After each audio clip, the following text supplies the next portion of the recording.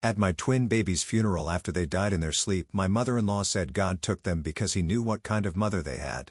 Relatives agreed. Then my 4-year-old daughter tugged the pastor's robe and said, "Pastor John, should I tell everyone what Grandma put in the baby bottles?" The room went silent.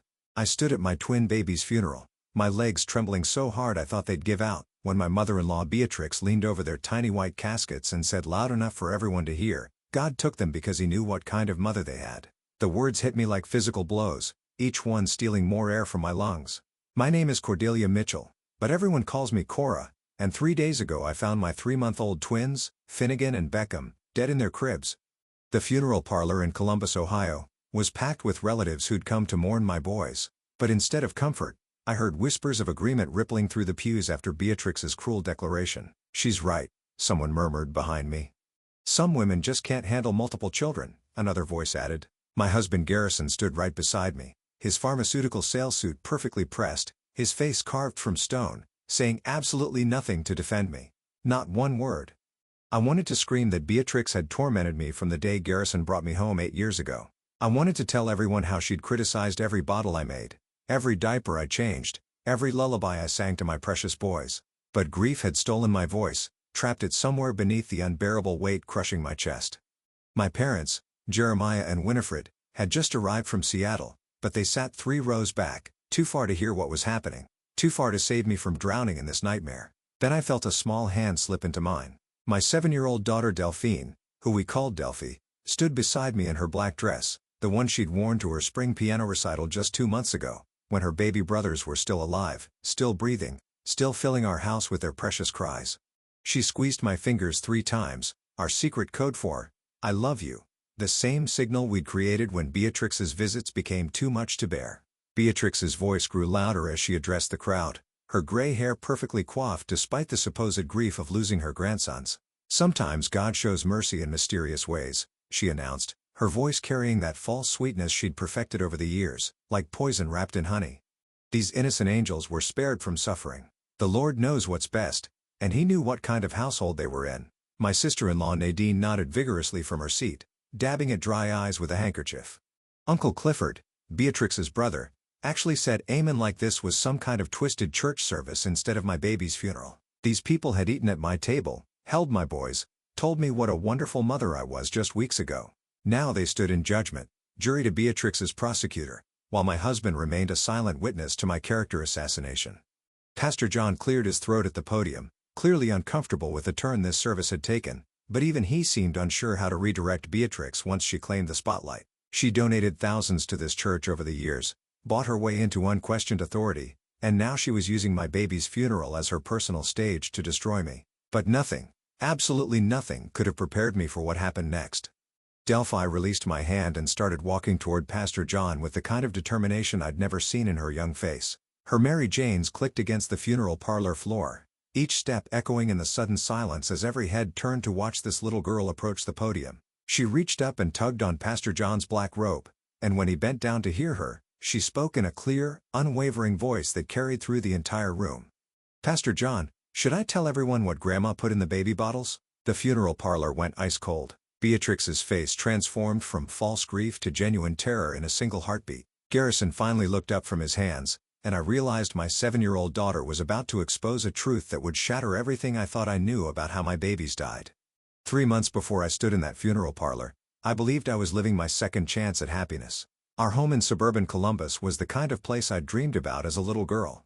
2 stories, white shutters, a backyard with a swing set that Garrison had assembled himself when Delphi turned 5. The nursery I'd painted soft blue with clouds on the ceiling housed 2 cribs, 2 rocking chairs, and more love than I thought my heart could hold. Finnegan and Beckham had arrived after 5 years of trying, 5 years of negative pregnancy tests that felt like personal failures, 5 years of Beatrix reminding me that a real woman would have given her son more children by now. The morning the twins were born, I remember Garrison holding them for the first time, tears streaming down his face.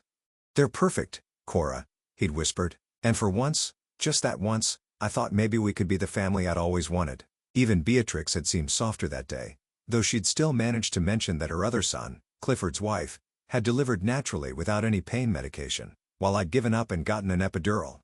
Our daily routine had settled into controlled chaos by the time the boys were 3 months old. I worked from home as a graphic designer, my laptop perpetually open on the kitchen table between bottle feedings and diaper changes. My clients were patient, understanding when a video call included baby sounds in the background.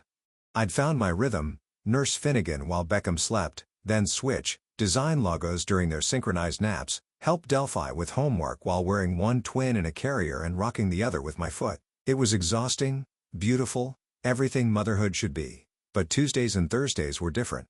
Those were the days. Garrison traveled for his pharmaceutical sales job, visiting doctors' offices across Ohio and Kentucky, leaving early morning and returning late at night. Those were also the days Beatrix insisted on helping with the twins.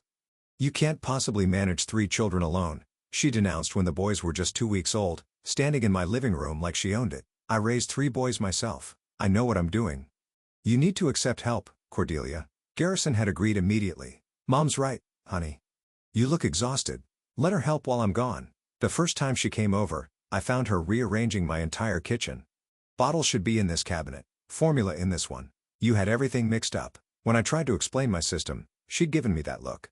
The one that said I was too young, too stupid, too inadequate to know anything about raising children. "I've been a mother longer than you've been alive, dear," she'd said. And that was supposed to end every discussion. Delphi noticed everything. She was 7, but carried herself like someone much older, probably because she'd learned to read the tension in our house like other kids read picture books. She'd started making excuses to stay home from school on Tuesdays and Thursdays, mysterious stomach aches that disappeared the moment Beatrix's Lexus pulled out of our driveway. "Mommy, why does Grandma make you sad?" she'd asked one Thursday evening as I tucked her into bed, the twins finally asleep after a particularly fussy day. "Grandma doesn't make me sad, sweetheart," I'd lied, smoothing her dark hair. "Sometimes grown-ups just have different ideas about things. She said you don't burp the babies right, but I watched you and the nurse at the hospital, and you do it exactly the same way the nurse showed you." My daughter saw everything, remembered everything. I should have listened to what she was trying to tell me. The weeks passed in a blur of feedings and criticism. Beatrix would arrive at 8 sharp every Tuesday and Thursday, letting herself in with the key Garrison had given her despite my protests. "The formula you're using isn't the best one," she'd announce. "These babies cry too much. You're not putting them on a proper schedule. Why is this house such a mess?" In my day, mothers didn't complain about being tired. She'd hover while I nursed, making comments about how long it took, suggesting formula would be more efficient. She'd reorganize the twins' dresser, refold their blankets, check the temperature of their bottles, even after I tested them myself. Nothing I did met her standards. Nothing ever had. The night before my babies died, Garrison had called from his hotel in Kentucky. "How's Mom doing with her help?" he'd asked. Not how was I doing, not how were the boys. "Your mother's fine," I'd answered, because what else could I say? That his mother was slowly eroding my confidence, my sanity, my sense of myself as a mother? He'd already chosen his side years ago, and it wasn't mine. If only I'd known that would be our last normal conversation. If only I'd paid attention to the growing dread I felt every time Beatrix walked through my door. If only I'd listened to my daughter's watchful silence and 2 knowing eyes. Thursday morning arrived with unusual silence. My body clock, trained by 3 months of 5 a.m. feeding cries, woke me at 4:47. I lay there, waiting for Finnegan's hungry whimper or Beckham's distinctive grunt that meant he needed a diaper change. Nothing came. The baby monitor on my nightstand showed 2 still forms in their cribs. They must be having their first good sleep, I thought, pulling my robe around me as I padded down the hall to check on them. The nursery door was slightly open, exactly how I'd left it. Morning light filtered through the cloud-patterned curtains I'd sewn while pregnant. I approached Finnegan's crib first, and my world stopped. His tiny chest wasn't moving. His perfect lips were blue. I grabbed him, his body cold and stiff against my chest, and screamed. The sound that came out of me wasn't human. It was the sound of a soul tearing in half. Garrison burst through the door, took one look, and ran to Beckham's crib. "No, no, no, no," he chanted, lifting our other son, trying infant CPR while I called 911, my fingers barely able to hit the right numbers. The operator's calm voice asked questions I couldn't process. "Are they breathing? When did you last see them alive? How old are the babies?" The paramedics arrived in 6 minutes that felt like 6 years. They worked on my boys with professional efficiency, but I saw the look they exchanged, that look that said they were performing procedures for our benefit, not because there was hope. They pronounced both boys dead at 5:23 a.m. Sudden infant death syndrome, they said initially. 2 babies at once was rare, but not impossible. Sometimes with twins, when one stops breathing, the other follows. Beatrix arrived at our house within an hour, even though no one had called her. "I had a feeling something was wrong," she announced, pushing past me to get to Garrison, who sat at the kitchen table staring at nothing. She wrapped her arms around her son while I stood there like a stranger in my own home. "My poor boy," she cooed to him. "My poor, poor boy. Not our poor boys, not my poor grandsons, her poor boy, singular, as if he was the only one who'd lost something." The next 3 days blurred together in a haze of arrangements I wasn't allowed to make. Beatrix took over everything, bringing her sister Nadine and brother Clifford as reinforcement. They descended on our house like carrion birds, picking through decisions that should have been mine and Garrison's alone. "White caskets are too expensive for infants," Beatrix declared at the funeral home. "The wooden ones are more practical." "Practical?" I'd found my voice for a moment. "We're burying my babies, not buying furniture." "Our babies," Garrison had corrected quietly, the only thing he'd said in hours. "Of course," Beatrix had interjected smoothly. "But Cordelia, dear, you're not thinking clearly. Let those of us with clearer heads make these decisions." The extended family began arriving Tuesday evening. Each one received Beatrix's version of events before they even saw me. I watched from my bedroom window as she met them in the driveway, talking animatedly, gesturing toward the house, shaking her head sadly. By the time they came inside, their eyes held suspicion instead of sympathy. "How does this happen to both babies?" Garrison's cousin Renee asked, not quite meeting my eyes. "Were they sick?" "They were perfect," I said. "Healthy. Their 2-month checkup was perfect." "Sometimes mothers miss signs," Beatrix interrupted. "Cordelia's been overwhelmed." I tried to help, but she insisted on doing everything herself. That was a lie so bold I couldn't speak. She'd been there twice a week, controlling everything, criticizing everything. My voice died in my throat when I saw Garrison nodding along with his mother's narrative. My parents arrived Wednesday night, having driven straight through from Seattle. My father Jeremiah took one look at the dynamics in the house and pulled me aside. "What's happening here, Cora? Why is that woman treating you like a suspect instead of a grieving mother?" "She's always hated me, Dad, but now she has an audience." My mother Winifred was more direct. She confronted Beatrix in the kitchen. "My daughter just lost her children. How dare you make implications?" "I'm not implying anything," Beatrix replied with practiced innocence. "But 2 healthy babies don't just die. The authorities will investigate as they should." Delphi hadn't left my side except to sleep. She watched everything with those sharp eyes, especially her grandmother. On Wednesday night, I found her sitting on her bedroom floor with her journal, writing furiously. "What are you writing, baby?" She looked up at me with tears in her eyes. "Things I want to remember about Finn and Beck and other stuff." "What other stuff?" She closed the journal carefully. "Just stuff I notice, like how Grandma Beatrix pretends to cry, but her eyes are never wet, and how Daddy won't look at you, and how Uncle Clifford and Aunt Nadine believe everything Grandma says, even though they weren't here." I held my daughter close, this child who saw truth while adults chose blindness. "Sometimes people see what they want to see, sweetheart, but that's not right," she whispered into my shoulder. "Not when Finn and Beck are dead. The truth matters more now, doesn't it?" The funeral service began at 10 o'clock sharp on a gray Wednesday morning that matched the color of my heart. I sat in the front row of the Morrison Funeral Home, my black dress hanging loose on a body that had forgotten how to eat. Garrison sat beside me, but the 6 inches between us might as well have been 6 miles. He hadn't touched me once since we'd found the boys. Not a hand held, not an arm around my shoulders, not even an accidental brush of fingers. His grief had built a wall between us, brick by brick, mortared with his mother's poisonous words. Pastor John stood at the podium, his kind face creased with genuine sorrow. He'd baptized the twins just 6 weeks ago, sprinkling holy water on their perfect heads while they'd squirmed in their white christening gowns. Now those same gowns dressed them for burial, and I couldn't reconcile the memory with the reality. "We gathered today to celebrate the brief but precious lives of Finnegan and Beckham Mitchell," Pastor John began, but Beatrix was already standing up from her place in the front row across the aisle. "Pastor, may I say something first?" She didn't wait for permission, just walked to the podium with the confidence of someone who'd never been denied anything. Pastor John stepped aside, looking uncomfortable but too polite to refuse a grieving grandmother. Beatrix adjusted the microphone with theatrical precision. She wore a black suit that probably cost more than our monthly mortgage, her pearl necklace catching the light from the stained glass windows. She dabbed at her eyes with a handkerchief, though I could see from my angle that they were perfectly dry. "My grandsons were angels," she began, her voice carrying that special tone she reserved for public performances. 3 months of life, barely enough time to know this world, but perhaps that was God's mercy. The congregation murmured sympathetically. I felt Delphi tense beside me, her small hand gripping mine. "You see," Beatrix continued, Sometimes the Lord in His infinite wisdom removes innocent souls from situations that would damage their purity. He sees all, knows all. He knows which households are houses of love and which are houses of chaos. He knows which mothers are equipped for the sacred duty of raising children and which are overwhelmed by their own inadequacies. My mother gasped audibly from the third row. My father started to stand, but I turned and shook my head slightly. Making a scene would only feed Beatrix's narrative that I came from an unstable family. I tried to help. Beatrix's voice grew stronger, more confident as she found her rhythm. Every Tuesday and Thursday I came to that house to provide the structure and knowledge that experience brings. But some people are too proud to accept wisdom, too stubborn to admit they're drowning. And now my son, my poor Garrison, has lost his boys because someone couldn't admit she needed more help than she was willing to accept. That's enough, Mother, Garrison finally spoke, but his voice was weak, barely audible. No, son, it needs to be said. God took those babies because He knew what kind of mother they had.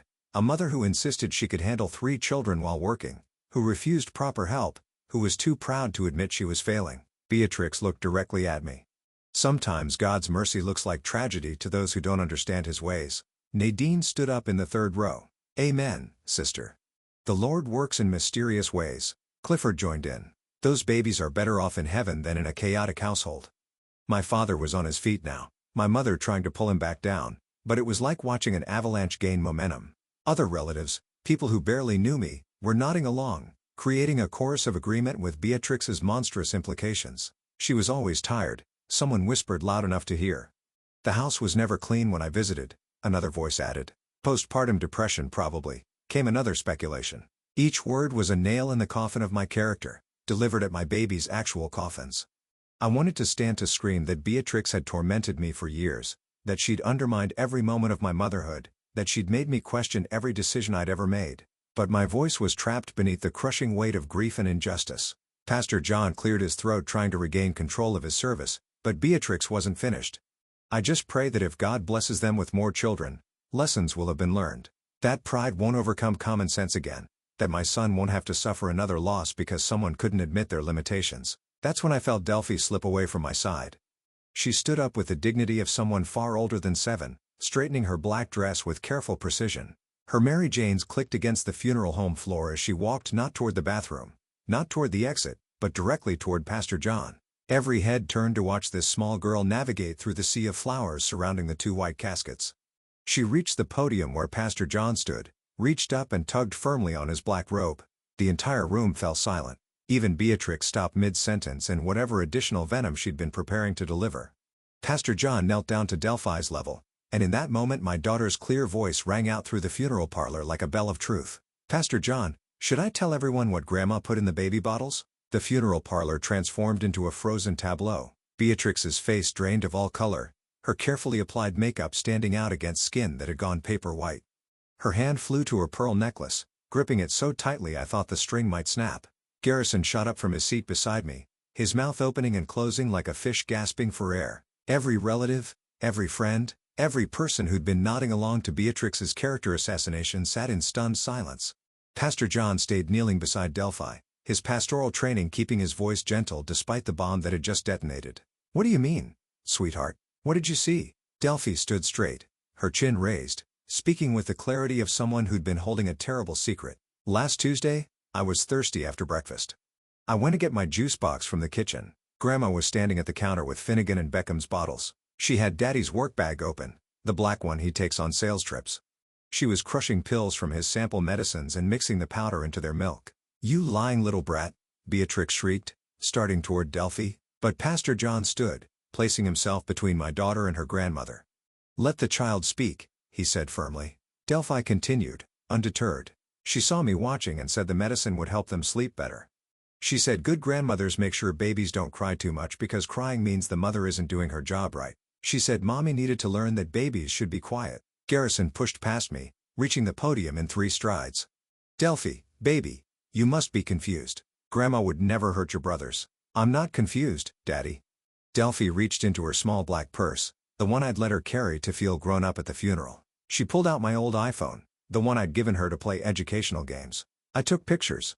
The phone screen illuminated her face as she swiped to the photos. She held it up toward Pastor John first, then turned it toward the congregation. Even from where I stood, Now on my feet and moving toward my daughter, I could see the image clearly. Beatrix at my kitchen counter, prescription bottle in one hand, medicine crusher in the other. 2 baby bottles lined up in front of her. "There's more," Delphi said, swiping through. This one shows the medicine bottle label. It says sedative sample and has Daddy's company name on it. This one shows her pouring the powder into Finn's bottle. This one shows her shaking Beck's bottle to mix it in. My legs gave out. I would have hit the floor if my father hadn't caught me, having rushed forward from his seat. My mother was already on her phone with 911, her voice urgent but controlled. Garrison stood frozen, staring at the phone in his daughter's hands like it was showing him the end of the world. Beatrix's carefully constructed composure shattered completely. Those were just mild sedatives. Babies need to sleep. She never let them cry it out properly. I was helping. I was being a good grandmother. "You drugged my babies?" The voice that came out of me didn't sound like mine. It was primal, savage, the sound of a mother bear whose cubs had been threatened. "You put sedatives in my 3-month-old baby's bottles? They needed to sleep through the night. You were making them soft with all that coddling, rushing to them every time they made a sound." Beatrix's mask had completely fallen away, revealing the monster beneath. "My boys never cried like that because I knew how to make them sleep properly." Garrison finally found his voice, and when he did, it came out as a roar. "Mother, what did you do? What did you do?" "I was fixing your mistake," she screamed back at him. "You married beneath yourself, had children with someone who couldn't handle them. I was solving the problem." Pastor John had his phone out now, calling for police backup. Several relatives were recording everything on their phones. Nadine had collapsed in her pew, sobbing. Clifford stood slack-jawed, unable to process that his sister had just confessed to drugging infants. Delphi wasn't finished. "I wrote it all down too," she said, pulling a small journal from her purse. "Every time Grandma came over, what she said about Mommy, what she did with the bottles, how the babies acted after they drank them. They got really sleepy and wouldn't wake up even when Mommy tried to feed them. Grandma said that meant the medicine was working." She opened the journal, reading in her clear child's voice. "Tuesday, May 15th. Grandma put medicine in Finn and Beck's bottles again. She used more than last time. She said they needed to learn to sleep like dead babies." Those were her words. Sleep like dead babies. The funeral parlor erupted. People were screaming, crying, shouting. Someone yelled, "Murder!" Others called for justice. But all I could focus on was my daughter, this brave, brilliant child who had documented evil, when all the adults around her had been too blind or too cowardly to see it. Sirens wailed in the distance, growing closer. Beatrix tried to run for the exit, but my father and 3 other men blocked her path. She spun around wildly, looking for another escape route, but there was nowhere to go. The grandmother who'd stood at the podium minutes ago, claiming divine righteousness, was now exposed as a murderer. "I was helping," she kept screaming. They needed discipline, structure, not some weak mother who didn't know how to make babies behave. The police burst through the funeral home doors. Detective Patricia Morse, whom I recognized from the initial investigation, took in the scene with professional efficiency. Pastor John immediately approached her, gesturing toward Delphi and the phone she still held. Within moments, an officer was carefully bagging the phone as evidence, while another read Beatrix her rights. As they handcuffed my mother-in-law beside my baby's caskets, she looked at me with pure hatred. "This is your fault," she hissed. "If you'd been a better mother, I wouldn't have had to step in." The police station became our second home for the next 72 hours. Detective Morse worked with a pediatric forensic specialist to fast-track the toxicology tests on my babies. When the results came back, the medical examiner's face told me everything before she even spoke. Lethal levels of sedatives in both boys' systems. The medication was identified as a powerful prescription sleep aid from Garrison's sample collection, never meant for anyone under 18, let alone 3-month-old infants. The dose Beatrix had given them was enough to suppress their respiratory systems until they simply stopped breathing. The investigation uncovered the full horror of Beatrix's actions. Her computer history showed searches dating back 2 months, how much sedative for infant sleep, babies who won't wake up, making babies sleep through night medicine, and most chilling of all, infant overdose how much. She'd been planning this, escalating the doses gradually. The Tuesday before their death, she'd given them 5 times the amount she'd started with. Garrison's world collapsed completely. He sat in our living room the day after the funeral, holding the twins' baptism photo, sobbing in a way I'd never seen a grown man cry. "I gave her access to my samples," he kept saying. "I gave her the key to our house. I told you to let her help. I killed our sons." "Your mother killed our sons," I corrected him, but I couldn't bring myself to comfort him. He'd chosen her over me for 8 years. He'd stood silent while she destroyed me piece by piece. His complicity had created the environment where she felt empowered to do the unthinkable. The trial moved quickly. Beatrix's lawyer tried to claim diminished capacity, that she'd only intended to help them sleep, not kill them. But Delphi's testimony destroyed that defense. My 7-year-old daughter sat in that witness chair, speaking clearly into the microphone, reading from her journal. Every date, every incident, every cruel word about me, every time she'd seen Grandma with the bottles. May 8th, Delphi read. Grandma said Mommy was too stupid to know that babies need discipline. She said, when Daddy divorces Mommy, she'll raise us right. May 13th, Grandma put medicine in the bottles and told me it was vitamins, but I know what vitamins look like, and this wasn't vitamins. May 20th, the last day, Grandma said the babies would sleep so hard tonight that nothing would wake them. She laughed when she said it. The jury deliberated for less than 2 hours, guilty on 2 counts of first-degree murder, life without parole. When they read the verdict, Beatrix screamed that we'd all ruined her life, that she'd only been trying to help, that I was the real murderer for being such a bad mother.